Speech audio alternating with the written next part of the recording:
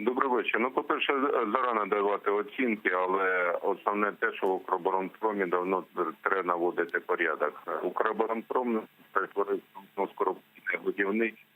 І, власне, це, скажімо так, зосереддя корупційних схем не тільки Міністерства оборони, а й взагалі, ну, скажімо, ласий шматок для нечистих на руку ділків. Мене найбільше цікавить те, спроби, скажімо так, окремих політиків чи журналістів наразі дискредитувати керівництво Укроборонпрому.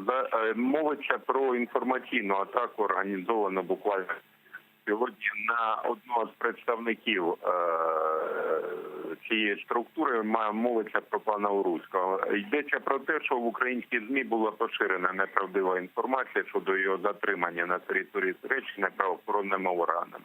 Наразі вже є офіційні коментарі турецької сторони, які свідчать про те, що, власне, йде про спрямований характер дискредитації і невідповідність поширеної в українській ЗМІ інформації. Тобто, скорше за все, ми стали свідками, скажімо, запеклої боротьби, яка розгорнулася навколо контролю над фінансовими потоками цієї структури.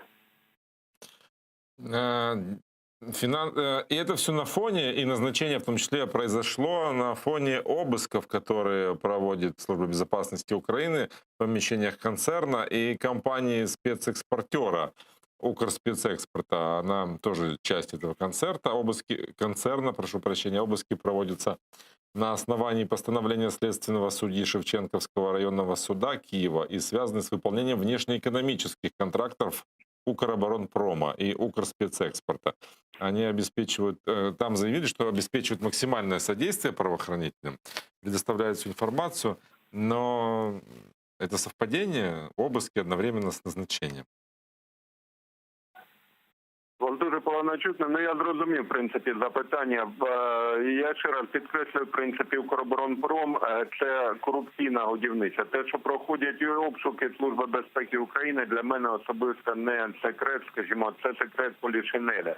Інше питання, чому всі ті схеми, які викривалися за весь час, власне, і НАБУ, і так званими розслідувачами не доведені до конкретних кримінальних справ, відповідно від чіткого кримінального покарання винних у цих корупційних зловживаннях. Тобто, на мій погляд, ці обшуки, ну це, скажімо, так, інформаційна складова якраз нового призначення. Донести суспільству, що в Укроборонпромі необхідні кадрові зміни, попереднє керівництво задіяно в певних корупційних оборудках, і відповідно керівництво країни прийняло рішення про зміну головного менеджменту цієї корпорації. Але хотілося б знов-таки зауважити, що наразі та кадрова політика, яка відбувається в країні, мається на увазі перебування на посадах топових чиновників протягом 3-4 місяців, вона не дає можливості сформувати ані кадрову політику, ані відповідно якесь концептуальне бачення розвитку цієї чи галузі, скажімо, навіть в окремо взятої області.